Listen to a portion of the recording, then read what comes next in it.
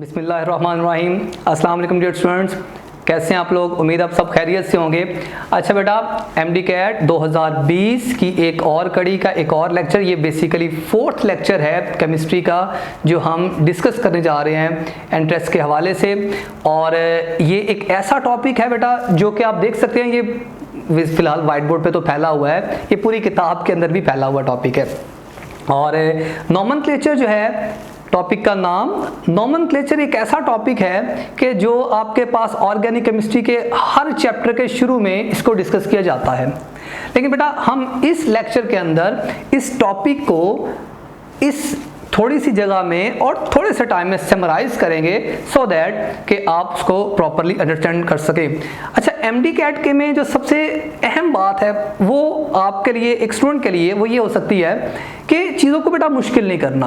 आपने इतना सारा डाटा याद नहीं कर लेना या इतना सारा कुछ अपने माइंड में नहीं रखना कि वो बाद में जाके मिक्स अप हो जाए। बहुत से स्टूडेंट्स और बहुत अच्छे स्टूडेंट्स, बहुत अच्छे मार्क्स वाले स्टूडेंट्स में उनको ये प्रॉब्लम आ जाती है कि उन्होंने इतना कुछ याद किया होता है कि वो जब सब जाके प्रेशर में मिक्स होना शुरू हो जाता है। ठीक है, तो आपने चीज़ों को वेल अरेंज्ड रखना है। जो याद किया है वो दोबारा से रिट्राइव किया जा सके, उसे दोबारा से आप रीजनरेट कर सकें। चलिए आज के लेक्चर की जानिब जानते हैं और इसमें हमने उन ट्रिक्स को समझेंगे जो कि बहुत ज़्यादा ज़रूरी है आपके लिए।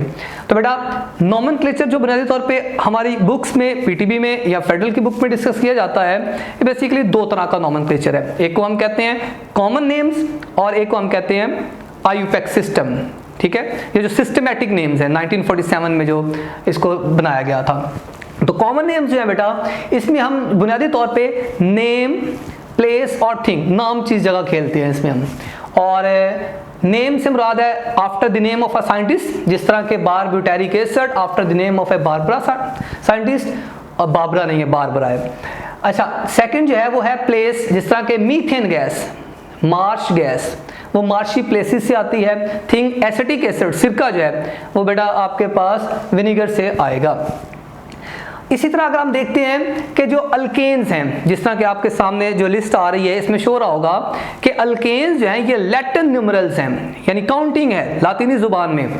अल्केन में methane, ethane, propane, butane, pentane, hexane, ये जो काउंटिंग है ये बेटा आपके पास ये कॉमन नेम्स का हिस्सा है। ठीक है, आल्दो इसको बाद में आईयूपैक सिस्टम में भी यूज किया जाता है। तो ये आपके पास इनके जो आइसोमर्स बनते थे, फॉर एग्जांपल जिस तरह हमारे पास कॉमन नेम्स में जब स्ट्रक्चर सेम मॉलिक्यूलर फार्मूला के साथ वेरी करते थे तो उनको नेम कैसे दिया जाता था। जिस तरह ये हमारे पास 5 कार्बन के साथ 3 स्ट्रक्चर्स मौजूद हैं, तो इनका जो कॉमन नेम्स था प्रीवियसली वो बेटा इस तरह से दिया जाता था कि अगर चेन बिल्कुल स्ट्रेट हो गई तो इसे हम कहते थे एन पेंटेन, और अगर ब्रांच आ जाएगी तो इसे हम कहते हैं आइसोपेंटेन, और अगर ब्रांच की तादाद बढ़ के 2 होगी, जिस तरह देखिए, तो इसे हम क्या कहते थे, नियोपेंटेन। अच्छा, इसमें जो एमसीक्यूज के हवाले से बड़ी अहम बात है। अब इसमें आपने एमसीक्यूज के हवाले से जो बात सीखनी है वो देखिए क्या है। ये आपके पास एक स्ट्रक्चर है एन पेंटेन का। ठीक है, अच्छा पहली बात यह है कि आपने एमसीक्यूज को खुद से, जब मैं स्टेटमेंट बोलूं तो आप वीडियो को स्टॉप करिए कुछ देर के लिए और उस एमसीक्यूज को अपने जहन में सोचिए कि पॉसिबल आंसर क्या हो सकता है। यानी इस चीज़ को हम कहते हैं ब्रेनस्टॉर्मिंग, ये बहुत ज़रूरी होती है।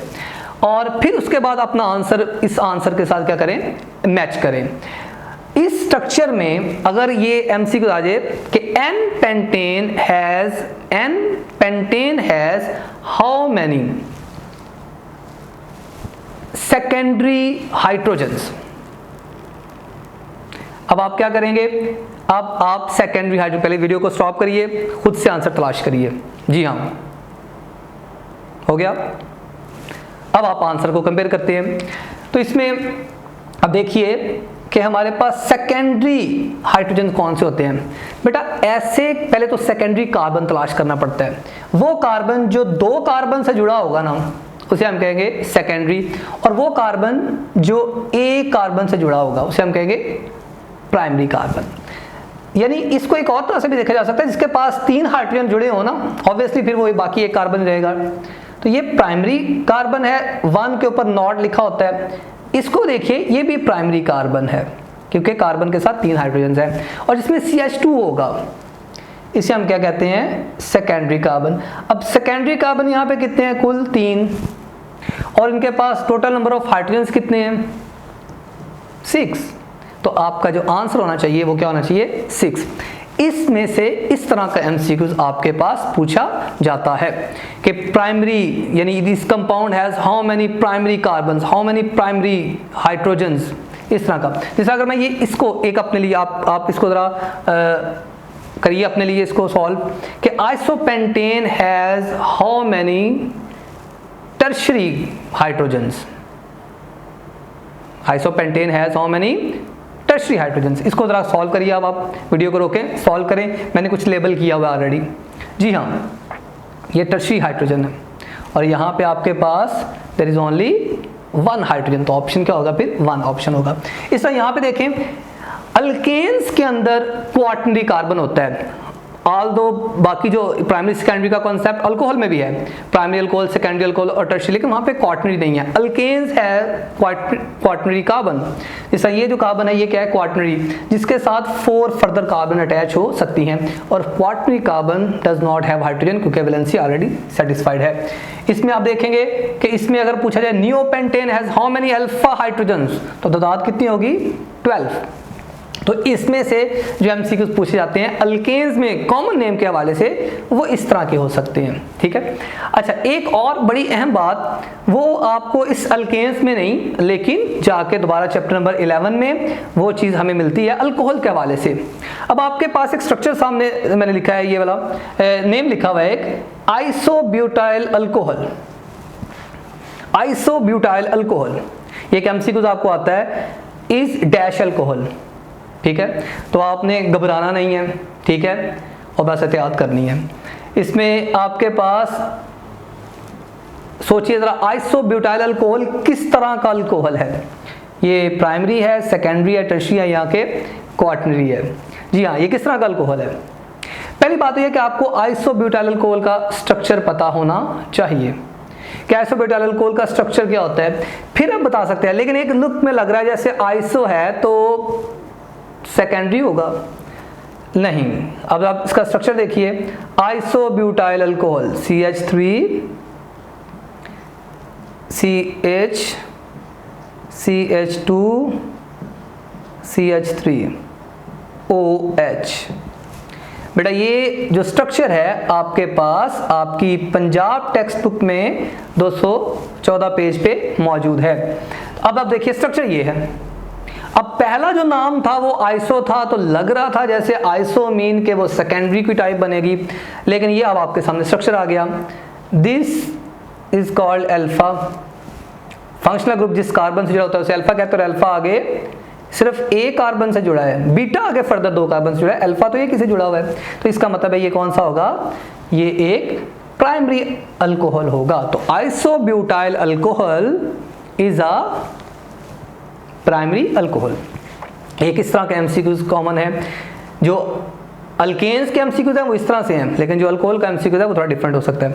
इस तरह एक और एमसीक्यूज इसी तरह से चैप्टर नंबर 13 से कॉमन नेम से आइसोब्यूटारिक एसिड्स, ये आपके पास 251 पेज पे ये स्ट्रक्चर मौजूद है किताब में। कॉमन नेम्स में isobutyric acid is a which type of acid. तो पहली बात तो यह कि यहाँ पे अब आपको आइसोब्यूटारिक एसिड का स्ट्रक्चर भी पता होना चाहिए, चूंकि ये रेपिटेशन लग रही है इसकी, हालांकि है नहीं है। देखते हैं कैसे दोनों के स्ट्रक्चर्स में एक वाज़ेह फर्क मौजूद है। वो देखिए आप कि ये अब आपके पास जो ब्यूटारिक एसिड का स्ट्रक्चर है बेटा वो कुछ इस तरह से है, क्योंकि ब्यूटारिक एसिड में कार्बोक्सिलिक ग्रुप है और कार्बोक्सिलिक ग्रुप का जो कार्बन है वो फंक्शनल ग्रुप का पार्ट। तो ये अब आपके पास आइसोब्यूटाइल स्ट्रक्चर बन रहा है और आइसोब्यूटाइलिक एसिड में ये पूरा फंक्शनल ग्रुप है और ये वाला कार्बन क्या है? Alpha carbon. अब यहाँ पे जो स्थिति है, जो सिचुएशन है वो क्या हो गई है? काफ़ी हद तक चेंज हो चुकी है। तो यहाँ पे हमारे पास क्या हो रहा है? 2 बीटा कार्बन देखने को मिल रहे हैं। तो इसका मतलब है जो बात अल्कोहल्स में है, अल्केन्स में तो क्वार्टनरी मौजूद है, अल्कोहल में वो नहीं।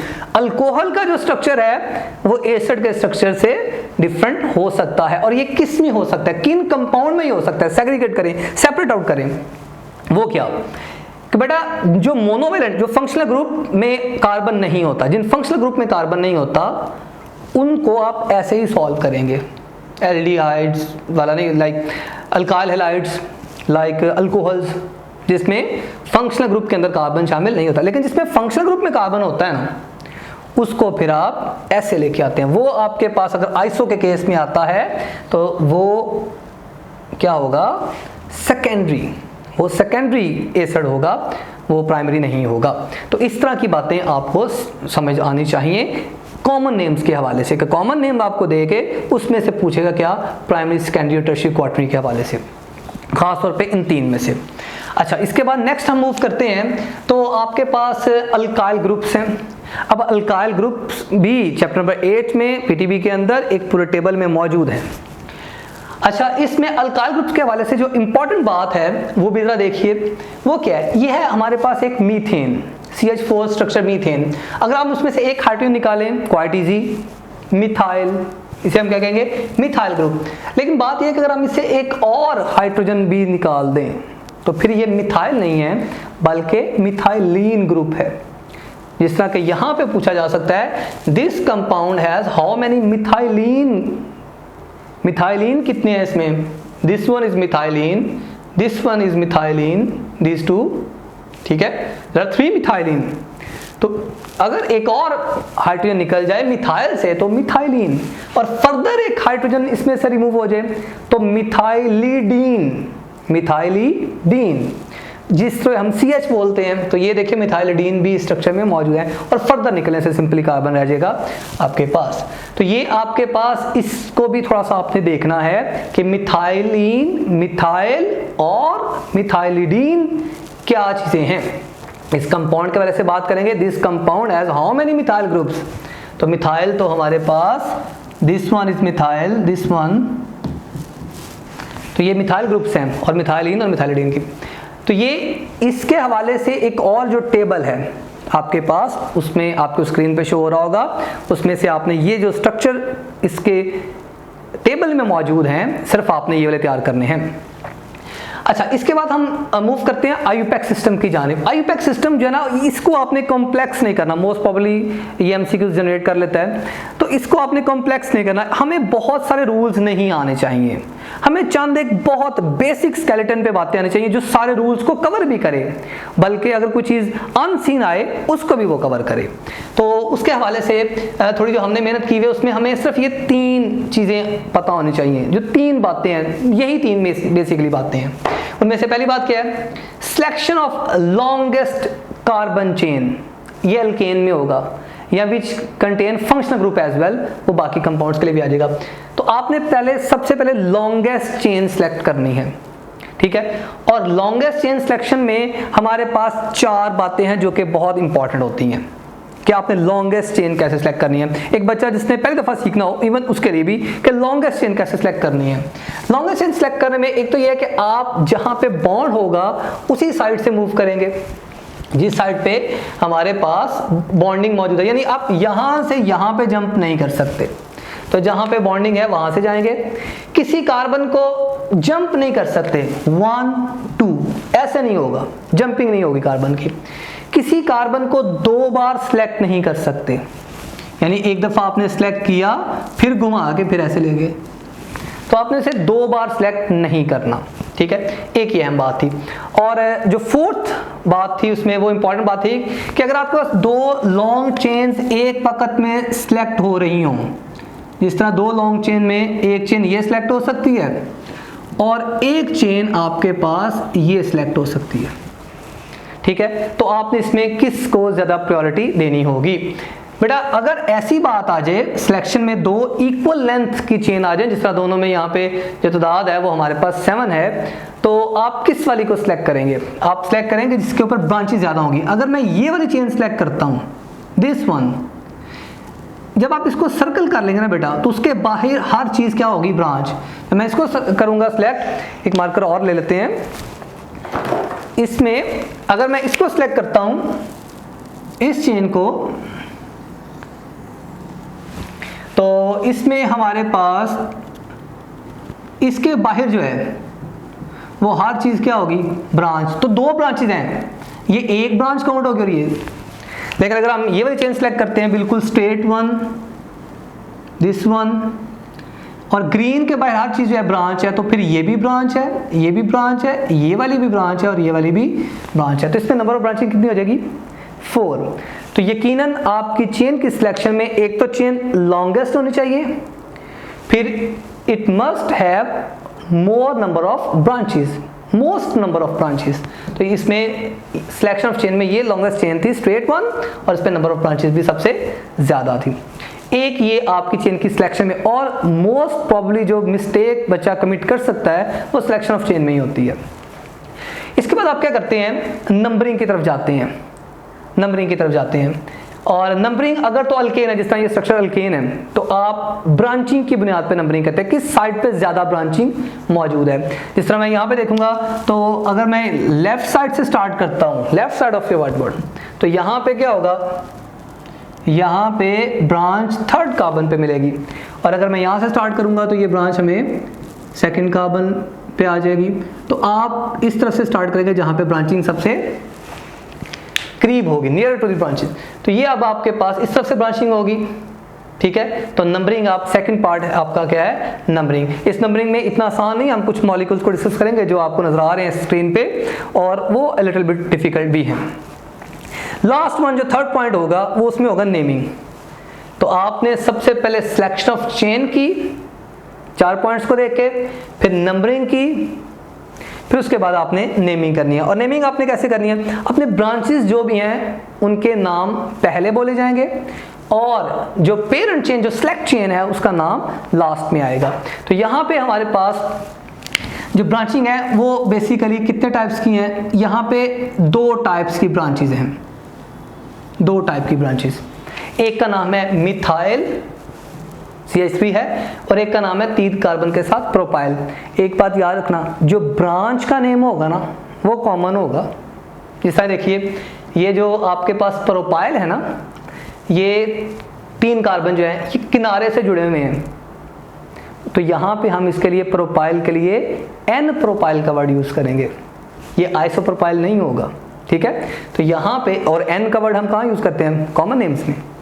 तो ये ब्रांचिंग के में जो नेम होते हैं, ब्रांचेस के जो नेम होते हैं वो क्या होते हैं? कॉमन। जिस तरह यहाँ पे भी इनका नाम मिथाइल की सूरत में आएगा।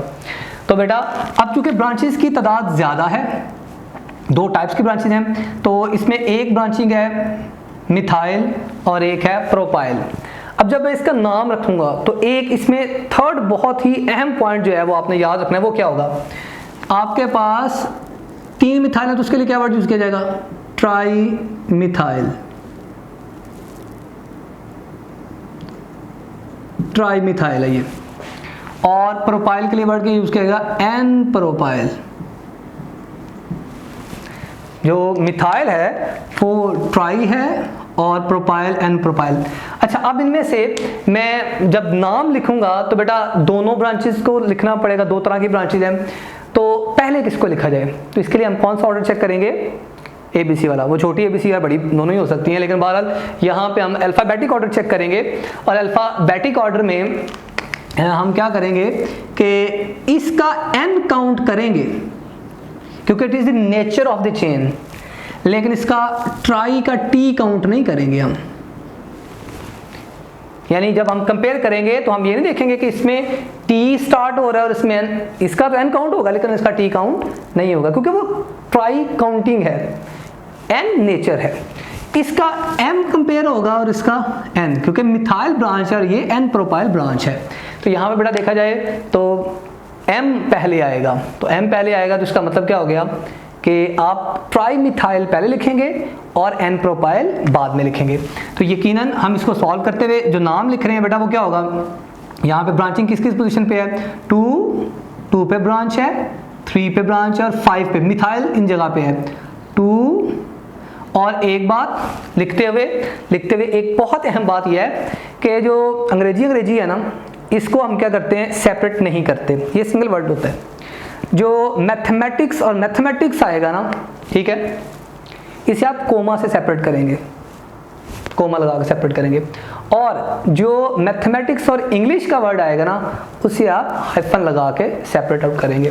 तो ये देखो, ये 2 है, अब नेक्स्ट भी 3 पे है, तो हमने कोमा 2 3 5, तो तीनों के दरमियान कोमा 2 3 5 पहले इसका नाम आएगा ट्राईमिथाइल,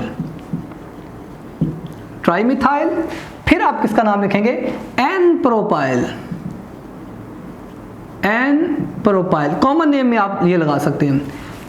तो 2, 3, 5 ट्राईमिथाइल एन प्रोपाइल। और इसकी पोजीशन आप बार बार बतानी चाहिए आपको कि किस पोजीशन पे है, 4N प्रोपाइल, 4N प्रोपाइल। और लास्ट में जो पेरेंट चेन होगी वो क्या होगी, हेप्टेन, हेप्टेन। ये कॉमन नेम लिखते हुए ये यूज किए जा सकते हैं। अदरवाइज जो जनरल रूल है वो ये है कि आप मैथमेटिक्स को कॉमा से सेपरेट करेंगे, मैथमेटिक्स और इंग्लिश को हाइफन से करेंगे, और इंग्लिश का एक ही वर्ड लिखा जाएगा, सिर्फ पहला लेटर कैपिटल आएगा इसमें। तो लिखते हुए ये मिस्टेक की जा सकती है, इसको आपने ज़रा गौर कर लेना है। अच्छा, एक बात तो ये थी। फिर आपके पास जो मिस्टेक्स ब्रांचिंग में, या एक मैंने कहा नंबरिंग का एक और रूल मैंने लिखा हुआ है कि आपके पास नंबरिंग करते हुए भी मिस्टेक कमिट करवाई जाती हैं आपसे। मिसाल देता हूँ, ये एक एग्जांपल है, इसको आप अपने तक सॉल्व करिए। तो उम्मीद है ये आपकी बुक की एग्जांपल है, ये आप सॉल्व कर सकते हैं। इसमें selection of chain is not a big issue, बल्कि है ही नहीं। तो इसको आप सिलेक्शन ऑफ चेन को तो आप सिलेक्ट कर सकते हैं स्ट्रेट। फिर आपके पास इसकी जो है वो नेमिंग के दौरान नंबरिंग का भी कोई इतना मुश्किल काम नहीं है। अल्केन्स की नंबरिंग है, ब्रांच की बुनियाद पे होगी, और ब्रांच दाईं साइड से ज़्यादा है, नंबर ऑफ ब्रांचेस ज़्यादा हैं, तो अब आपके पास इस तरह से ब्रांचिंग हो जाएगी इसकी। और ब्रांचिंग की जो नेचर है वो चूंकि सिमिलर टाइप की ब्रांचेज हैं, तो आप ये कह सकते हैं 2, 3, 5 ट्राईमिथाइल और हेक्सेन। अच्छा, एक ये बच्चे के माइंड में क्वेश्चन आ सकता है कि सर ये 2 ब्रांचेस लगी हैं, ठीक है, अगर ऐसा हो, चाहे यहाँ से तो हमने देखा कि सेकंड पे ब्रांच थी, तो अगर यहाँ से शुरू करते तो यहाँ पे भी सेकंड पे थी, तो यहाँ से तो चले इक्वल थे। चले यहाँ पे थर्ड पे भी ब्रांच है, यहाँ पे नहीं थी, है तो हमने दाईं तरफ रुक कर लिया, यहाँ से नंबरिंग कर दी। लेकिन अगर ऐसा हो कि एक ऐसी सिचुएशन आ जाए हमारे पास जिसमें ये सिचुएशन मौजूद हो, इस तरह के बच्चों के ज़हन में अच्छे अच्छे सवाल आते हैं, ये वाली सिचुएशन कि ब्रांचेस 2 ही हों, लेकिन यहाँ पे 2, 3 पे है और यहाँ पे दोनों ब्रांचेस इस तरफ आ जाएं। अगर बेटा एक कार्बन पे नंबर ऑफ ब्रांचेस बढ़ जाएंगी तो यकीनन आप इस तरफ से नंबरिंग स्टार्ट करेंगे। फिर 1, 2, 3, 4, 5, 6, ठीक है। ये बात समझ लगी कि यहाँ पे अगर मैं यहाँ से शुरू करता तो 2, 3 पे थी, यहाँ पे 2 पे दोनों आ गई हैं। तो अगर इस तरह कंप्लीट कर जाए चेन तो फिर आप इस तरफ से स्टार्ट करेंगे। और इसमें क्या होगा, 2 दफ़ा लिखना पड़ेगा आपको, जो कि 2 ब्रांचेज हैं, 2, 2, 4 और 5, चारों को इकट्ठा 2, 2, 4, 5 टेट्रामिथाइल हेक्सेन, फिर आप इसका नाम रखेंगे। तो इस तरह से इसमें ये इस तरह की एम्बिग्विटीज रखी जा सकती हैं। यहाँ पे फोकस किया जा सकता है, नाम लिखते हुए मिस्टेक कमिट करवाई जा सकती है। ये वाली चीज़ को मिस्टेक्स बच्चे से करवाई जाती है आमतौर पे, या चेन की सिलेक्शन में कई दफ़ा इशू रख दिया जाता है। या एक और बड़ी बात यह है कि जब आपने नंबरिंग करनी है तो एक बहुत अहम चीज़ अब आपके सामने आ रही है कि नंबरिंग करते हुए आपके पास फंक्शनल ग्रुप 2 आ जाते हैं। अब जब 2 फंक्शनल ग्रुप आपके पास आएंगे तो फिर थोड़ा मसला हो जाएगा। और देखो दोनों इक्वल हैं, बिल्कुल दोनों साइड से इक्वल हैं। तो यहाँ पे बेटा आपने एक चीज़ याद रखनी है, इससे बाद ये जो तीनों एग्जांपल्स हैं ये उसी बुनियाद पर सॉल्व होंगी, और ये बहुत अहम बात है। और आप में से बहुत से बच्चों को ये बात आपकी बुक में मौजूद ज़रूर है, लेकिन आप अक्सर इसको प्रैक्टिस में नहीं लेके आते। वो क्या, आपकी स्क्रीन पे एक लिस्ट आ रही है आपके सामने, एक प्रायोरिटी लिस्ट के नाम से, जिसमें आप देखिए सबसे पहले आप सबसे ऊपर क्या लिखा हुआ है, कार्बोक्सिलिक एसिड, उसके नीचे सेकंड है एस्टर, उसके नीचे एल्डिहाइड है, उसके नीचे कीटोन है, फिर साइनो ग्रुप है, अल्कोहल्स हैं, थायोल्स हैं, अल्कीन्स हैं, alkynes, alkanes, ether, alkyl halides. ठीक है, ये एक लिस्ट ऑफ प्रायोरिटी आपके सामने जो मौजूद है डाउनवर्ड। अगर आपके पास जिस तरह के एसिड ऊपर है, कार्बोक्सिलिक ग्रुप ऊपर है, और इसके बाद एल्डिहाइड नीचे है, अगर ये दोनों एक ही मॉलिक्यूल में आ गए तो आपके पास जो ऊपर वाला है उसकी प्रायोरिटी ज़्यादा है, डाउनवर्ड प्रायोरिटी डिक्रीज कर रही है। तो इसका मतलब है वो मॉलिक्यूल मेजर जो है वो क्या है, एसिड है, वो एक ऐसा एसिड है जिसके अंदर एल्डिहाइड ग्रुप भी पाया जाता है। अब अगर आप देखें अल्केन अल्कीन अल्काइन में, तो आपके पास लिस्ट में देखिए, जरा गौर करिए, देखें अल्कीन ऊपर है, अल्केन या अल्काइन, तो आप देख सकते हैं कि यहाँ पे लिस्ट में अल्कीन आपको ऊपर नजर आ रहा है। ठीक है, अब इस स्ट्रक्चर की जानिब आइए, देखिए इसमें अल्कीन और अल्काइन दोनों मौजूद हैं, लेकिन लिस्ट में ऊपर कौन था? अल्कीन्स। तो आपके पास प्रायोरिटी लिस्ट में अल्कीन ज़्यादा प्रायोरिटी रखता है, इसलिए आप अल्कीन वाली साइड से इसकी नंबरिंग करेंगे। और ये अब आपके पास इसका नाम इस तरह से दिया जाएगा। ठीक है, तो ये आपके पास क्या है? इट इज़ 1 पेंटीन, 1 पेंटीन है ये। ठीक है, हाँ, उसके बाद आप इसकी ट्रिपल बॉन्ड की पोजीशन बताएंगे, और वो लीस्ट पोजीशन बतानी चाहिए 4 आइन के 4 और 5 के दरमियान में मौजूद है। तो इट इज ए 1 पेंटीन। अच्छा, आपकी बुक में समटाइम इसके लास्ट में वर्ड नहीं लिखा होता, तो कोई बात नहीं, दोनों तरह की जो है वो ऑथर्स ने ये गुंजाइश रखी है कि आप लिख भी सकते हैं इन 1 पेंटीन 4 आइन। ठीक है, एक्सरसाइज में कुछ मिसालें ऐसी हैं जिसमें ई लिखा हुआ है, लेकिन बुक की कुछ एग्जाम्पल ऐसे हैं जिसमें ई नहीं लिखा होता, तो इसलिए दोनों ही कन्वेंशन है, इसमें इशू नहीं होना चाहिए। तो ये अब आपके पास प्रायोरिटी लिस्ट से ये बात आएगी। अब देखिए, अब हम इस स्ट्रक्चर की जानिब जब आते हैं, ठीक है, कि अल्कीन्स के ये हैं, और अगर वैसे डबल बॉन्ड किनारे पे है तो डबल बॉन्ड की ज़्यादा प्रेफरेंस होगी, और अगर ट्रिपल किनारे पे है तो ट्रिपल की, लेकिन अगर दोनों कंपीट करते हैं तो फिर आपका ये इशू आता है, और इसको फिर ऐसे सॉल्व किया जाएगा।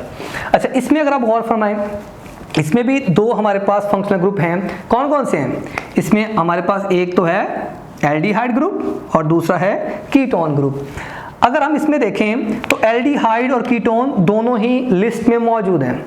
आपकी बुक के एग्जाम में सारी लिस्ट को डिस्कस नहीं कर रहा, जो आपकी किताब में कंपाउंड मौजूद है उनके एतबार से सिर्फ बात करेंगे हम। तो दोनों चूंकि फंक्शनल ग्रुप आप मौजूद हैं और एक ही मॉलिक्यूल में भी आ गए, लकीली अनलकीली। अच्छा, अब इसमें क्या करेंगे हम? इसमें लिस्ट ऑफ प्रायोरिटी में लिस्ट में ऊपर कौन है, कौन सा फंक्शनल ग्रुप ऊपर है? तो इसमें जो है हमारे पास एल्डिहाइड्स जो है वो ज़्यादा प्रायोरिटी रखते हैं, तो आप इससे स्टार्ट करेंगे। ठीक है, तो आप काउंटिंग इससे स्टार्ट करेंगे, एल्डिहाइड से। अच्छा, अब मसला इसमें एक और थोड़ा सा आएगा, वो ये कि अब आपके पास ये जो दूसरा फंक्शनल ग्रुप है इसे कैसे डिस्कस किया जाएगा?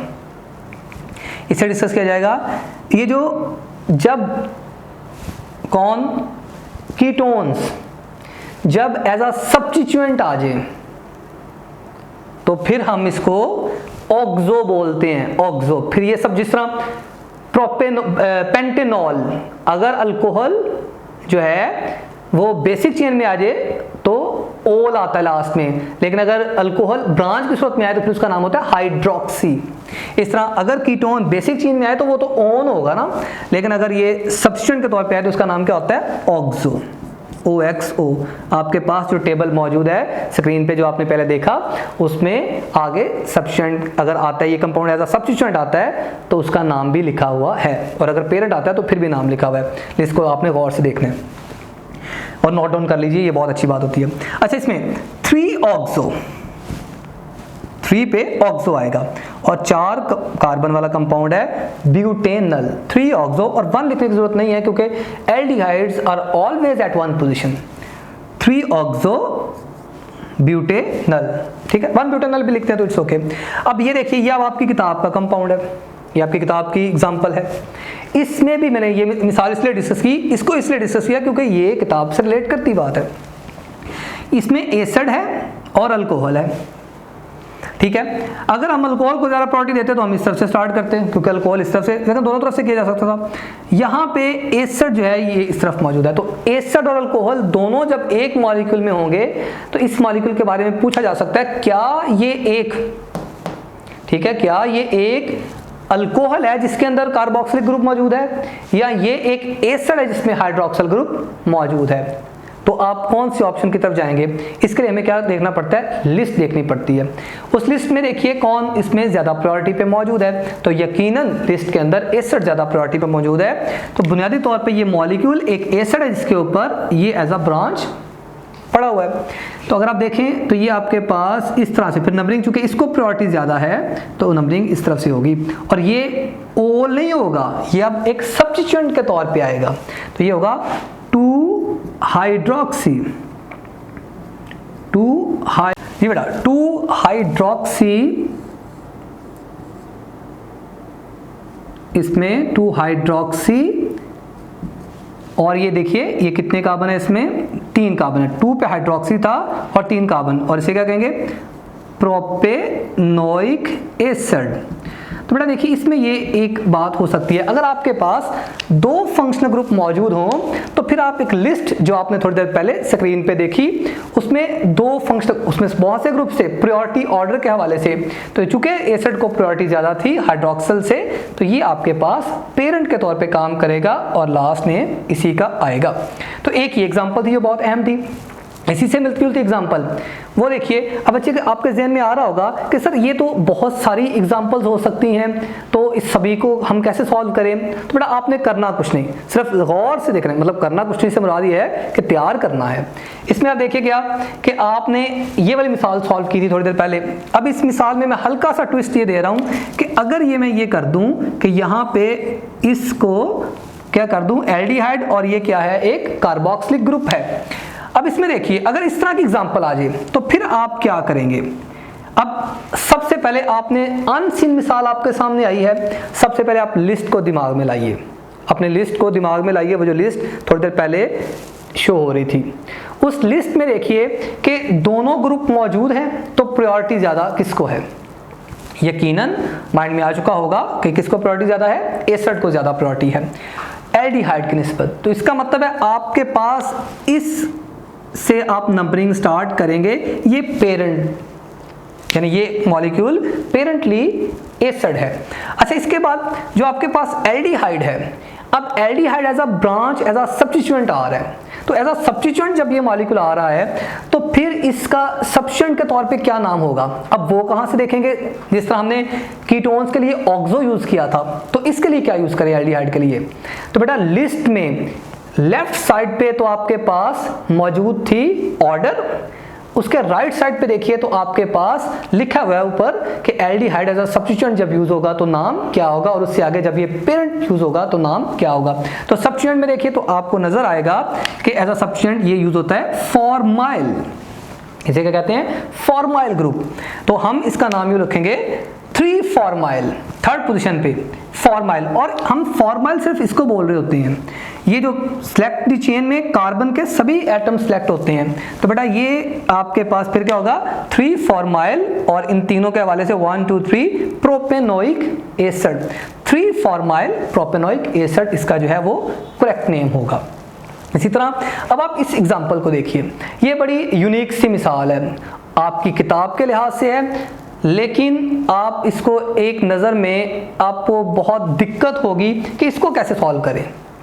अच्छा इसका बहुत बेसिक रूल वही है जो बुक में मौजूद है, कैसे सॉल्व करेंगे इसको आप। इसकी selection of chain is the most difficult part. तो सिलेक्ट कैसे करें, क्या हम इसको ऐसे सिलेक्ट कर दें, ठीक है, नहीं ऐसे सिलेक्शन तो नहीं बन सकती इसकी सिलेक्शन में हम नॉर्मल जो सिलेक्शन है वो यही करेंगे, ये वाली। लेकिन ये जो चीज़ें हैं ना बेटा, ये हम एज अ सब्स्टिट्यूएंट देखेंगे इनको, ये ब्रांचेज हैं, चूंकि पेरेंट चेन के बाहर जो भी चीज़ आएगी वो ब्रांच। अब आपने अपने दिमाग के उन सारे सलाहितों को बुरुएकार लाइए और इनका नाम तजवीज़ करें कि इनका नाम, जब आप इथीन का एक हाइड्रोजन कम हो तो किताब में मौजूद है उसका नाम, किताब ने क्या लिखा है सोचिए, उसका नाम है विनाइल। ये विनाइल हैं। और अब आप इसकी नंबरिंग करेंगे ना बेटा, तो नंबरिंग में हमारे पास थर्ड पोजीशन पे दोनों विनाइल मौजूद हैं। तो विनाइल के लिए क्या यूज करेंगे आप 3,3 डाई विनाइल, और बाकी तो मेथड वही है जो हम सीखते आ रहे हैं, वो क्या 3,3 डाई विनाइल, यहाँ पे 1 और 2 के दरमियान में बॉन्ड था तो 1, 4 5 में था तो 4, 3,3 डाई विनाइल 1 4 पेंटेन 5 कार्बन, पेंटा चूंकि 2 हैं तो डाईइन, ठीक होगी बात। इसको यूं भी बोला जा सकता है 3,3 डाईविनाइल पेंटा पहले बोल लें, 1,4-डाइईन, और ये ज़्यादा बेहतर है। आपकी किताब की बहुत सी एग्जाम्पल इस मेथड से सॉल्व की गई हैं। ठीक है, तो बेटा आज के लिए हमारे पास इतना ही। अगर आपको इस नॉमेनक्लेचर के मुतालिक, क्योंकि नॉमेनक्लेचर एक डाइवर्सिफाइड टॉपिक है, बहुत सी वैरायटी, बहुत सी इसमें नई बातें हो सकती हैं, तो आप राइज के फॉरम पे आप MCQs को लिख के टेक्स्ट की सूरत में या किसी भी सूरत में, स्नैपशॉट की सूरत में आप मुझे उसको भेज सकते हैं और हम उसको सॉल्व करने की पूरी कोशिश करेंगे। ठीक है, thank you so much, till then, अल्लाह हाफिज़।